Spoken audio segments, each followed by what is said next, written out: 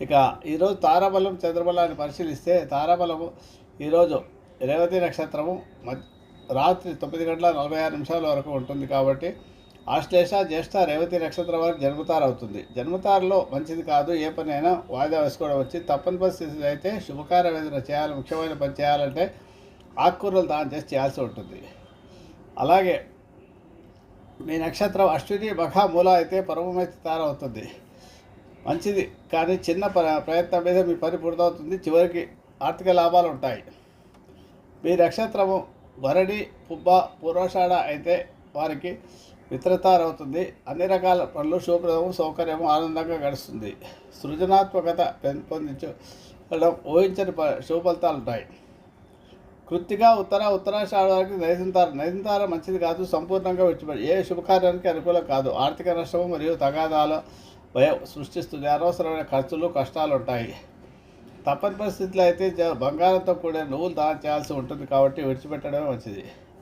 రోహిణి హస్త శ్రవణం సాధనతార అంటే కార్యసిద్ధి. అన్ని రకాల పనులు చేసుకోవచ్చు, కార్యసిద్ధి లభిస్తుంది. ముఖ్యంగా కోర్టు కేసులు వేసుకోవడానికి, అప్పులు వసూలు చేసుకోవడానికి, ఉద్యోగాలకు అప్లై చేసుకోవడానికి, ఇంటర్వ్యూలకు, వీసా పాస్పోర్ట్లకు అప్లై చేసుకోవడానికి బాగుంటుంది.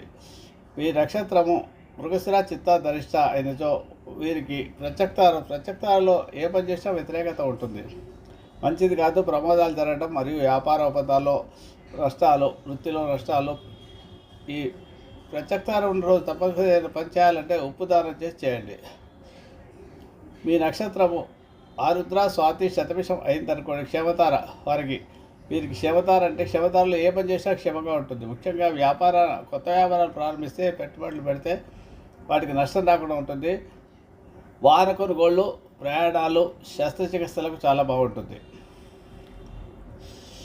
ఇక పునర్వసు విశాఖ పూర్వభాద్ర వారికి విపత్తార అవుతుంది. విపత్తార అంటే ఏ పని చేసినా వ్యతిరేకత. రాహు అధిపతి కాబట్టి చేసే పనులు మధ్యలో ఆగిపోతాయి, ప్రమాదాలు ఉంటాయి, గొడవలు అవుతాయి. కాబట్టి విడిచిపెట్టడం మంచిది. తప్పని పరిస్థితుల్లో ఏదైనా ముఖ్యమైన పని చేయాలంటే బెల్లం దానం చేసి చేయండి.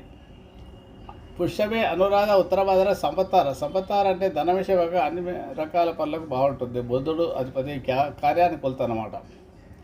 ఇక ఈరోజు రాత్రి 9:46 తర్వాత నుంచి మరుసటి రోజు సాయంత్రం అంటే 21 శనివారం సాయంత్రం 7:51 వరకు అశ్విని నక్షత్రం ఉంటుంది. కాబట్టి